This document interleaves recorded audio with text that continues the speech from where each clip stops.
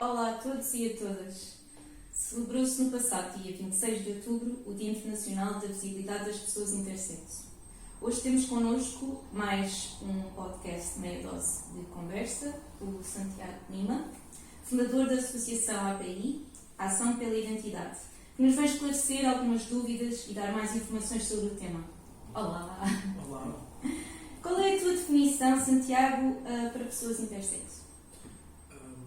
Nós, pessoas intersexo, eu sou intersexo, somos pessoas que nascemos com características sexuais, biológicas, anatómicas, que não estão encaixadas, não encaixam naquela definição fechada do que é o sexo biológico feminino e o sexo biológico masculino.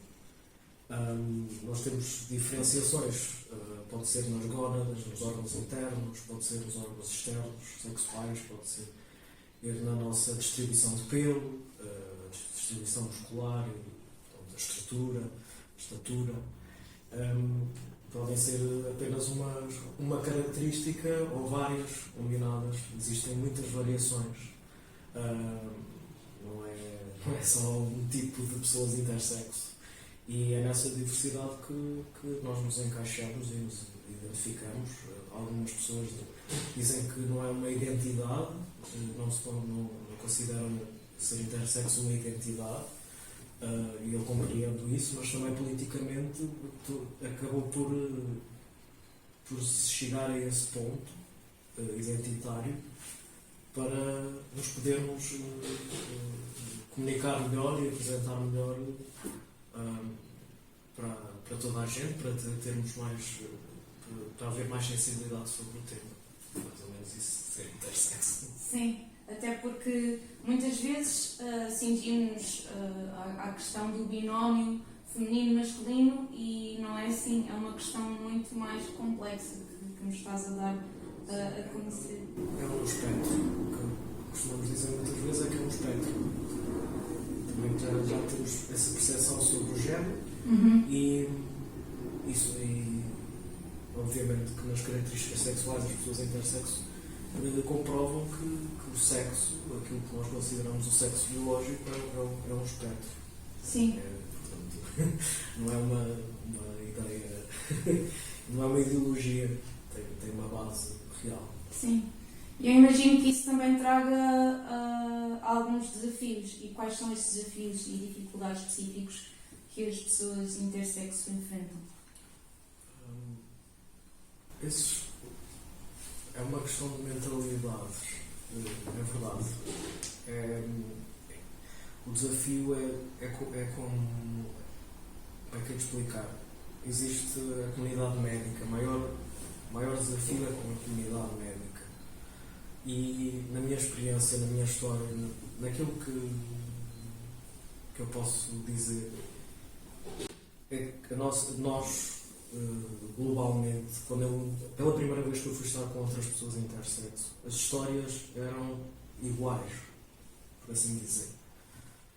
Pessoas que estejam no sul da Ásia, ou no sul da África, ou na Austrália, ou nos Estados Unidos, ou no Brasil, ou aqui na Europa, nós tínhamos praticamente sempre a mesma história. É que os médicos escondem, algumas pessoas escondem, outras dizem que não se pode falar a ninguém e que somos únicos, não há mais pessoas como nós e que temos que esconder porque é uma vergonha, ou porque somos aberrações, e é esta a percepção que a comunidade médica e científica tem sobre nós. Isto vem principalmente quando acontecem as grandes guerras, que se começa a ter que se analisar corpos e estou a falar de outras tropas e etc. Estou a dar um contexto mais específico. Começa-se a analisar que existe diversidade nos corpos. E então tem que se criar algum tipo de normalização, com muitas aspas, para que esses corpos não sejam visíveis e não se compreenda essa diversidade. Que significa que são feitas intervenções, sejam a nível farmacológico ou cirúrgico. E a nível cirúrgico, normalmente é bebés, quando é perceptível lá na nascença que existe uma diversidade nos seus órgãos sexuais. E é isso que essa é uma dificuldade grande, não para o público em geral, porque o público em geral é sensível a isto, é fácil de sensibilizar. É fácil porque é real, as pessoas somos seres humanos e realmente isso mexe connosco. Agora a comunidade médica é mais difícil, esse é o grande desafio. Em muitos países do mundo ainda não proíbem estas cirurgias e Portugal proíbe desde 2018. Mesmo assim, sabemos que não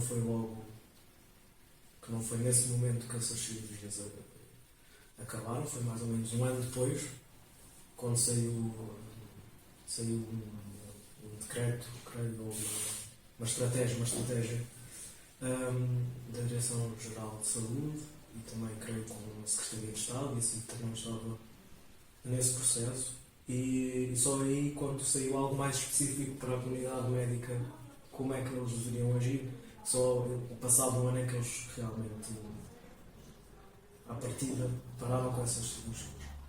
Neste momento não temos a certeza absoluta e quer que essas cirurgias, não temos essa certeza absoluta que essas cirurgias terminaram. Porque são círculos muito fechados e existe a vulnerabilidade na nossa comunidade no país.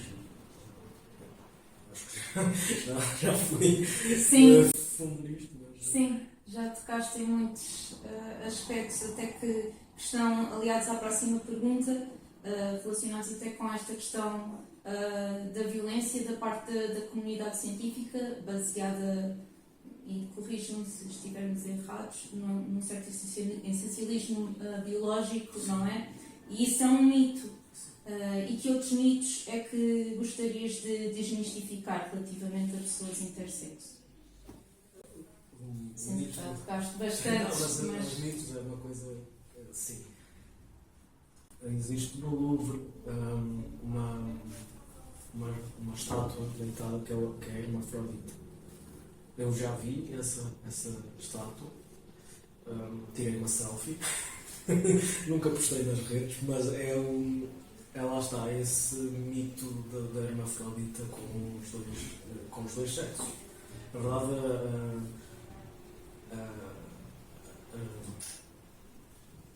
no Louvre, a estátua não tem os dois sexos. Dá para pesquisar online, okay. Tem seios e tem pênis e está deitada, e é essa a ideia da hermafrodita. Mas as pessoas chamavam-nos hermafroditas com um termo derogativo, e nós, enquanto comunidade intersexo, não gostamos desse termo. Eu sei que muitas pessoas dizem, mas intersexo também foi a comunidade médica que passou a usar. Sim, é verdade, mas a partir do momento, ok, a pessoa assume os termos e utiliza-os como bandeiras e como, diria, armas, entre aspas, de protesto e de afirmação. O mito realmente é esse, temos dois sexos e que as pessoas têm dois sexos, que as pessoas podem se autofecundar e que as pessoas podem esse tipo de coisas. Essa eu não sabia. Sim, que é o melhor dos dois mundos e todas essas coisas. Pode ser fácil brincar, isto eu estou a rir, não é? É sobre mim também, porque existem e eu já ouvi esse tipo de coisas. Sim, e há uma violência também. Foi-me dito isso algumas vezes, mas acho que eles se estão a conseguir desmistificar. E não é difícil, sei que como recentemente uma pessoa famosa, houve um famoso que fez canal de conto intersexo, claro que não usou esses termos, mas. E eu vi os comentários e pensei, já lutámos, tanto que eu sei que lutei diretamente para que não houvesse esse tipo de ideias assim transmitidas nos mídias. Mas sim, ainda é preciso desmistificar. Estamos melhores, obviamente, já começamos com alguma coisa, mas é preciso ainda desmistificar. Então, esses são alguns dos mitos. E o que é que podemos fazer para criar um ambiente mais inclusivo e acolhedor?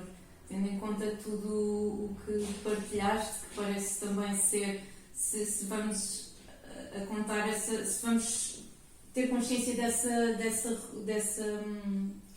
dessas questões e como acabam por ter, qual é o impacto que elas têm no teu dia a dia, esta discussão dos mitos que se criam, de que forma é que se pode criar um ambiente mais inclusivo, de forma é que toda a gente pode contribuir para isso? Acima de tudo é ouvirem-nos, como estamos a fazer aqui agora, estamos a conversar, e no meu trabalho, quando eu decidi que queria ser visível, isso foi para mim, foi a pedra, é a base. Eu não consigo trabalhar enquanto ativista e em projetos onde esse princípio não esteja lá, que é as próprias pessoas terem voz e terem participação ativa nas coisas, não é só serem ali um boneco que se apresenta como um exemplo e depois está alguém que é especialista sobre nós ou sobre os nossos corpos. Porque nós estamos a viver, nós somos a incorporação do tópico que se queira que esteja a falar, no caso especificamente sobre as pessoas intersexo, que é importante. É preciso haver confiança, é preciso. Nós nos escondemos. O facto de verem que há outras pessoas que são bem tratadas, se eu sei que mais pessoas intersexos estão bem, são visíveis, se eu percebo que há lá pessoas intersexos, eu quero fazer parte desses projetos. Se eu vejo que é apenas aproveitamento, eu não quero, eu não vou, eu não participo. E isso, estou a falar eu sei que outras pessoas também sentem isso. Então tem que haver mais visibilidade, sem dúvida, e tem que haver essa consciência. Isto nem é algo muito só particular do meu trabalho ou da minha visão. É algo que, comunitariamente, enquanto pessoas intersexos, nós temos essas demandas específicas, que é ótimo que haja trabalho sobre as questões intersexo e que se fale e que seja apresentado ao mundo, mas temos que estar lá. Nós temos que estar lá e não só como bonequinhos que estão lá, mas que podemos realmente contribuir e desenvolver trabalho. Isso é o importante para criar ambientes mais inclusivos e ter essa consciência. E outra questão também é perceber que muitos argumentos que às vezes têm de discurso de ódio são argumentos interfóbicos. É um termo que não é tão conhecido assim. A gente conhece a homofobia, conhece a transfobia e ainda se custa dizer transfobia. Muitas vezes diz-se homofobia quando se quer dizer transfobia, e muitas vezes diz-se transfobia quando se quer dizer interfobia. Porque existem alguns argumentos, alguns discursos de ódio que só existe XY e XX. Eu não falei isto nas perguntas anteriores, mas acho que agora encaixa que o espectro também é isso. Os cromossomas não são só XX e XY. Existem mais variações. E outro mito esqueci-me é que, por exemplo, pessoas intersexos não podem ter filhos e não podem procriar. Isso não é real também. Havia muito essa ideia há uns anos atrás, e outra ideia também que me esqueci era uma das justificações para nos operar, os médicos não, é que nós vamos ter cancro. Então eles têm que nos operar porque provavelmente nós vamos ter cancro. Então, tem que haver operações e intervenções nas pessoas intersexo. Acho que lá está, é perceber nós sentimos que estamos a ser visíveis, que as pessoas compreendem que é essa a discriminação que se está a passar. Isso é o que eu disse, a interfodia. Muitas pessoas não é por causa desse termo, não é isso, não estou a dizer especificamente a usar o termo, é compreender que muitos destes argumentos que a gente vê na praça pública e nas redes sociais e etc., com um discurso de ódio, é um discurso de ódio baseado nas características sexuais das pessoas. É errado, não é? É apagar todo um grupo de pessoas com argumentos falsos. Não é? E essas pessoas não estão a ter o crédito merecido, mesmo que seja um crédito sobre algo tão negativo, mas ainda assim pronto, é real. Sim, é falar de um lugar, de uma experiência que não tem, baseado em absolutamente nada. E falando disso, da questão, estavas a falar da questão das redes sociais, sentes que a representação das pessoas intersexo nos mídia e, como estavas a dizer, na sociedade, parece-me que a resposta será afirmativa, pode ter impacto na forma como elas são percepcionadas e tratadas. Sim. E, sim. Pois, Claro que sim. falámos imenso agora sobre isso. Sim, mas lá está, Sim. É importante, é ver nos mídias e na criação artística, por exemplo, ou na criação de conteúdos. É isso que eu quero dizer. Novelas, filmes, teatro, tenha personagens intersexo. Sim. E que seja possível que também haja pessoas intersexo que estejam nesses sítios, que haja essa visibilidade. Portanto, porque vai fazer toda a diferença. Claro, este termo da normalização é um bocadinho violento, mas é perceber, normalizar a existência das pessoas intersexo, mais nesse sentido. E os mídias têm um papel super importante, é verdade, e a criação de conteúdos também, isso, o cinema, as artes, as novelas, é super importante isso, as pessoas intersexos estarem lá para se mudar a opinião pública sobre o assunto. Agora falando mais sobre ti, podes dizer-nos qual é que foi o teu percurso pessoal como pessoa intersexo, a tua história, a tua experiência? Falaste um pouco, mas podes falar-nos um bocadinho mais sobre isso. Posso. Eu até estava a responder antes e estava sempre a ir para as minhas coisas pessoais, Claro, mas tenho uma história particular. Eu quando digo isto às pessoas, para compreender como é que eu consigo perceber quando é que eu sei que sou intersexo. Eu não fui criado pela minha família biológica.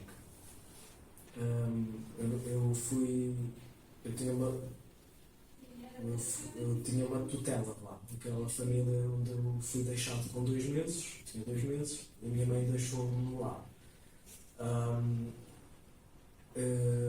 A ideia no início era que eu ia só lá ficar, tipo, como fosse a minha ama, não é? Que ia ficar, tipo, a tomar conta de mim, dormia lá e etc, mas ia haver sempre contacto. Isso aconteceu muito pouco, e passado pouquíssimo tempo, 1 ano ou qualquer coisa, a minha mãe deixou mesmo de me ir visitar e de ter qualquer tipo de presença. Foi-me deixando lá. Pronto, eu fiquei lá. Não é? Para mim aquela família era a minha mãe, o meu pai, as minhas irmãs.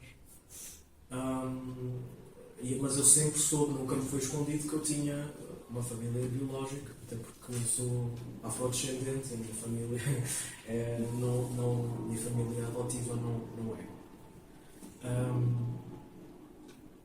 E pronto, eu tenho esse contexto. Só para dizer, sei que estou a dar coisas que nunca dei noutros sítios, mas há uma fotografia minha que é da minha fotografia favorita, eu sou bebê, e foi no dia em que, acho que foi no dia em que a minha mãe biológica me deixou na minha mãe adotiva. E eu estou não sei como é que se chama, uma roupinha de bebê, pronto. Eu sei que tem um termo específico, às riscas, azul e O branco. Baby Grow, não sei, isso, não sei. É isso. Sim. Que é às riscas, azul e branco. E a minha cor favorita é azul e eu amo riscas, amo ter esse padrão das riscas e amo ter o padrão azul e branco. E as pessoas podem pensar, mas porquê é que isso é relevante, Santiago? Qual é a relevância? A relevância é que eu não estava registado. Eu fui registado aos 6 anos de idade, por causa da escola. Tinha que ir para a escola e foi quando eu fui registado. Até aos 6 anos eu não tinha um registro. E eu nunca falei isto em outras entrevistas, eu nunca disse isto em nenhum sítio. Já falei com algumas pessoas, mas. Obrigada. Mas eu fui percepcionado e fui tratado, fui criado como que eu fosse do sexo feminino, que eu fosse uma rapariga ou uma menina. E essa experiência sempre foi muito violenta para mim.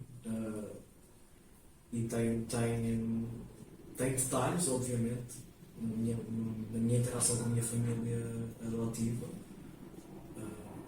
E a percepção da minha mãe adotiva, ela entretanto faleceu em 2018. 2018 foi um ano super.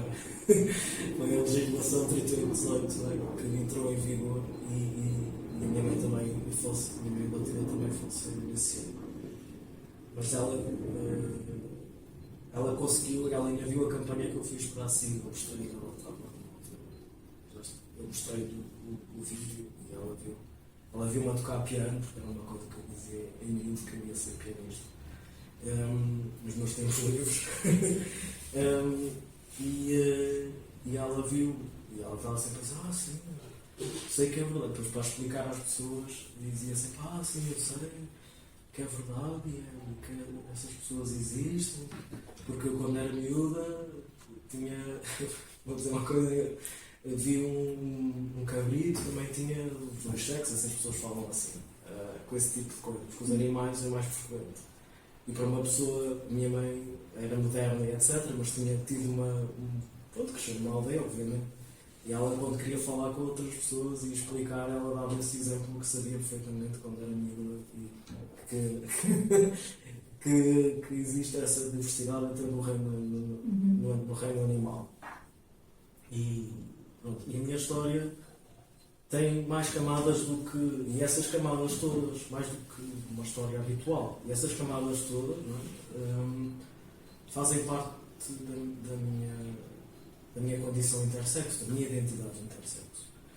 O facto de eu não ter sido registado, o facto de uma vizinha lá dizer à minha mãe adotiva, não fiques com esse bebê porque ele é feio, vocês dizem que ele é, mas é um rapaz. Pronto, o meu crescer e as pessoas, eu ter que viver uma vida falsa, vou ser alguém do sexo feminino, mas ao mesmo tempo o mundo à minha volta não ver isso. É diferente de uma experiência trans, por exemplo. Um pouco diferente. E tem essa diferença. Porque está no meu desenvolvimento e nas minhas características sexuais. Eu senti-me ridículo por causa disso, por perceber e saber ao mesmo tempo quem eu sou, quem eu era e que eu nunca escondi, sempre disse e sempre escondi, nunca escondi, quer dizer, nunca escondi isso, sempre falei com a minha mãe, com a minha mãe adotiva e sempre falei sobre isso.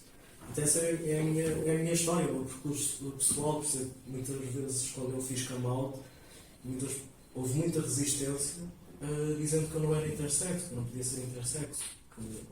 Já estou aqui a fugir muito do assunto, mas é o meu percurso, que eu não era intersexo, eu sou uma pessoa trans que estou a inventar, que sou intersexo, que eu sou trans, eu sou tipo Santiago. Não, eu sou intersexo, eu sou um homem intersexo. E o facto de eu insistir e fazer essa diferença não é por eu desconsiderar as pessoas trans, é por eu querer que as pessoas compreendam que existem pessoas intersexo e que nós não podemos continuar em segredo. Pode haver cruzamentos das nossas identidades, das nossas situações, que existem. Obviamente que sim, existem muitas pessoas intersexo que são trans, mas o meu percurso pessoal e a minha história é esta. E é um pouco daquilo que eu posso dar e é explicar o que é que foi crescer como eu, não é? Como Santiago, que é intersexo e que não sabe disso em criança, ou só consegue perceber quando tem 18 anos, quando eu saio de casa. Não é? Sim. Só aí é que eu começo a ter acesso à informação, porque eu tinha um crescimento muito restrito, tinha muitas regras. Socializado com uma mulher. Sim, também. Sim. Mas não era. Obviamente que não, isso era super difícil de acontecer. Pois. Todos os momentos. Eu tive uma vida religiosa apertada. Minha mãe era testemunha de Jeová e eu tinha que ter uma regra, por isso é que havia montes de regras. E essa socialização enquanto rapariga acontecia principalmente quando eu tinha que ir, por exemplo, a coisas da religião. Sim. Que era todas as semanas, pelo menos 3 vezes, pelo menos 3, que era mais. E nesse momento eu tinha que usar saias. Mas as saias, a minha mãe, a uma certa altura, começa-me a fazer quilts. Porque eu ia com blazers, como estou agora, e tinha que usar um kilt. Sabe, sapatos de vela, não sei toda a sobrevivência. Essa é a minha experiência. Mas eu ia com kilts. E eu mal saía dali, eu tinha sempre umas calças, eu chegava ao carro e vestia as calças. A minha mãe sabia disso, e a minha mãe, ela fazia porque ela era modista, de alta costura. E ela fazia-me essas coisas, e ela sabia, mas eu era obrigado a ter que ter essa socialização. Sim. Mas depois na prática não acontecia. No resto do meu tempo, nem sequer era assim que eu me expressava. Considerando, obrigada por partilhares também o teu percurso e que de certo também irá ressoar com muitas pessoas, quais são os recursos ou organizações que gostarias de recomendar? Falaste da API, da qual fazes parte, para quem quer saber mais sobre este assunto, para quem necessita de apoio, considerando também todas as lacunas de que tinhas falado. A Ação pela Identidade começou com um projeto em 2011 que já tinha no seu nome, usávamos o termo transexual e intersexo. E foi nessa altura, eu já estava lá, não estava visível, e foi nessa altura que, com ativistas trans, nós quisemos fazer algo que nos representasse. E só em 2015 é que conseguimos ter recursos, tanto no sentido, eu pessoalmente, de sentir que podia estar alto, podia falar sobre o assunto e dar a minha cara sobre isso, e mais pessoas também. E a Ação pela Identidade é a única organização no país que tem essa experiência, essa realidade. É fundada por uma pessoa intersexo, sou eu, tenho mais pessoas intersexo também na organização e é lá que podem ter essa garantia da representação e de encontrarem paz. Eu recentemente tenho tentado criar um grupo específico para as pessoas intersexo, uma coisa informal. Não há muitos membros, porque há dificuldade em realmente que se avance para se poder ter assim, algum impacto, mas é uma coisa primeiro entre nós, entre paz.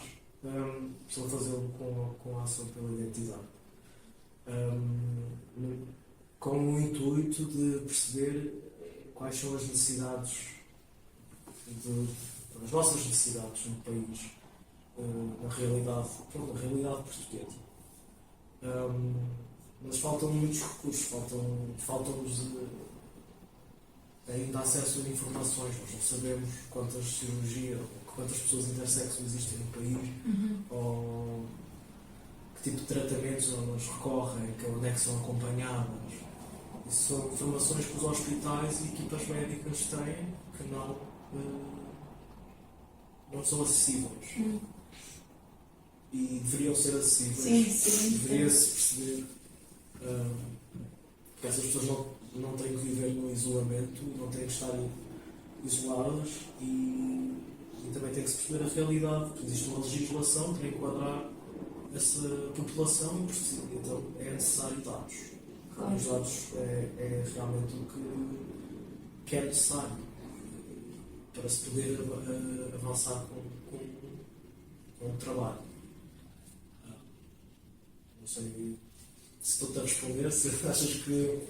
Sim, era... sim. Falaste sobre a missão da API e quais são os próximos passos e sobre esta necessidade, sim, de realmente haver dados para alimentar também a execução da lei, porque de outra forma não faz sentido. E agora a última questão. Qual é a importância de celebrar este dia, o Dia da Visibilidade das Pessoas Intersexo? Considero, bem, nós já sabemos, mas diz-nos. Sim. É importante, é simbólico. No dia 8 também temos outubro, final desde 26 de outubro até o dia 8 de novembro.